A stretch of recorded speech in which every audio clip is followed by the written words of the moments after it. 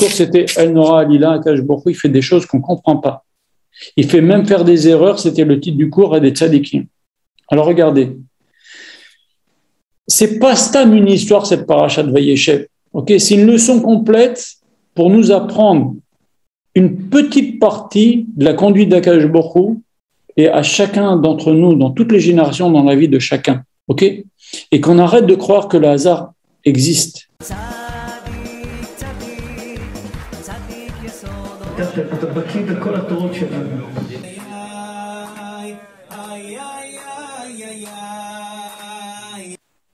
Yosef qui est un chacham, qu'est-ce qu'il lui a appris? On dit Ben Hakim, Ben Zekunim était chacham, ok? Son père lui a appris tellement de Torah, ok? Qu'est-ce qu'il lui a appris de dire du mal sur ses frères? Parle-leur, essaye de comprendre cette histoire de Sefer Yetzira, de Ben Pakwa, l'agneau, on l'a fait la shrita à la mer, etc. Essaye de comprendre. Pourquoi tu parles? Tu es chacham, pourquoi tu parles? Va, parle à la personne, dis-lui, pourquoi tu fais ça? Ok? Qu'est-ce qu'il lui a appris de raconter ses rêves?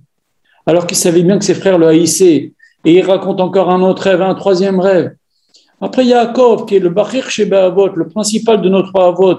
Son portrait, il est sur le Kissa Kavod. Ok? Qu'est-ce qu'il a appris de faire une préférence entre ses enfants? Qu'est-ce qu'il a appris de faire une ketlonet passim? C'est provoquer les histoires. Après, les frères qui étaient des super sadikim. Ok? Comment ils ont pu soupçonner que Yosef allait tous les virer et prendre la place de roi et de seul descendant pour un Israël, seul descendant de Yaakov. Qu'est-ce qu'ils ont pris de soupçonner un truc pareil? Finalement, avec leur méthode de le vendre, finalement, ils l'ont précipité roi plus vite que prévu.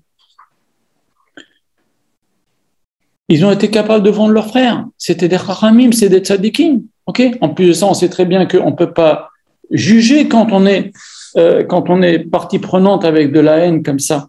Après, Yaakov, il savait que les fils haïssaient Yosef. Pourquoi il envoie Yosef seul? C'est sûr qu'il va se passer quelque chose. Il n'a pas vu ça.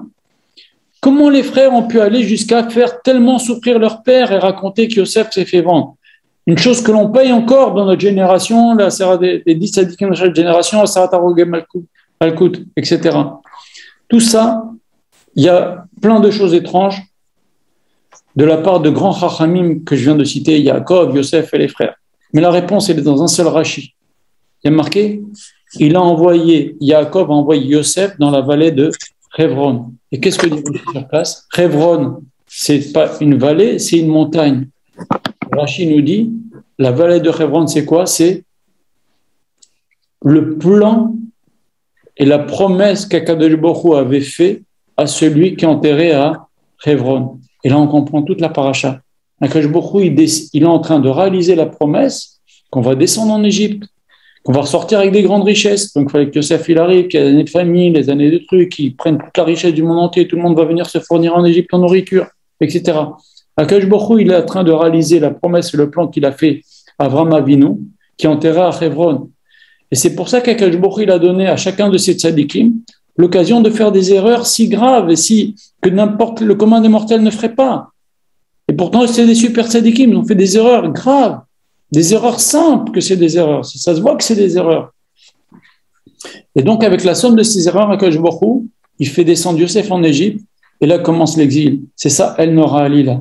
Akadosh Baruch Hu, il a donné à chacun la possibilité de se tromper. En vérité, Akadosh Baruch Hu, il fait son plan. Et donc, si on voit maintenant la scène, Yosef se fait vendre par ses frères.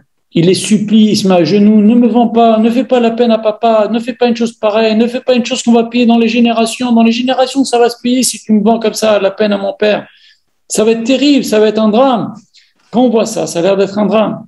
Mais en vérité, Akadosh Baruch Hu, c'est pas comme nous on le voit.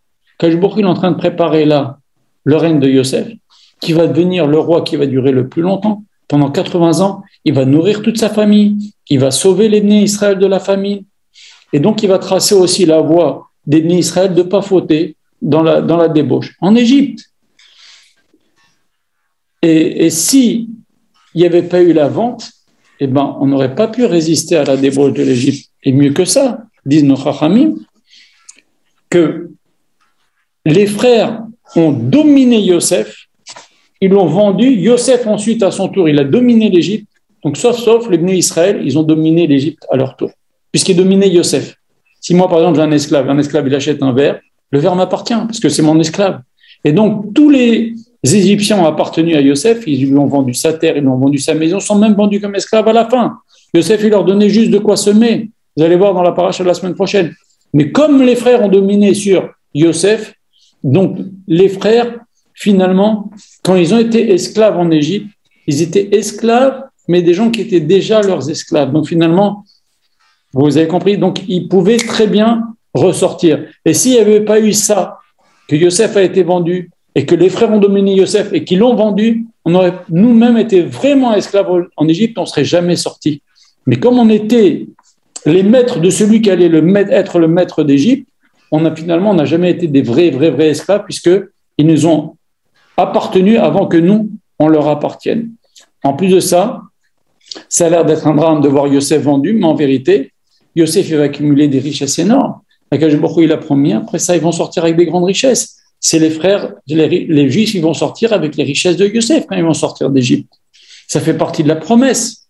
Ensuite, dans la paracha de Vaïgash, on va voir Yaakov, il descend, il est content, il va voir son fils qui croyait mort pendant 22 ans, il le revoit. C'est la plus belle scène, c'est le plus beau passage de la Torah. En vérité, c'est le début de l'exil. Nous, il y a ce qu'on voit et il y a comment les événements vont se dérouler. Tout cela pour nous montrer que Akadosh Baruch Hu, pour réaliser ses plans, il se cache des fois derrière beaucoup d'erreurs et même des erreurs des tzadikim. Des fois, Akadosh Baruch Hu, il envoie même un ange comme le malach Gabriel, comme on a vu. Donc, il faut des fois aussi apprendre à ne pas être trop impressionné par le présent parce qu'il faut voir au bout des événements comment ça va se passer. Tout est entre les mains d'Akadosh Baruch Hu. Et des fois, comme dit le Rambam, des fois les ishtadlut qu'on va faire, les efforts qu'on va faire, ils vont rien arranger, ils vont même empirer. Les frères, ils ont dit, tiens, voilà, la Cholomot, on va le vendre, on va voir qu'est-ce que vont devenir ces rêves. Très bien, c'est grâce à la vente que les rêves vont se réaliser. Donc, c'est pas... Des fois, il ne faut pas croire qu'on a tout entre nos mains, surtout pas.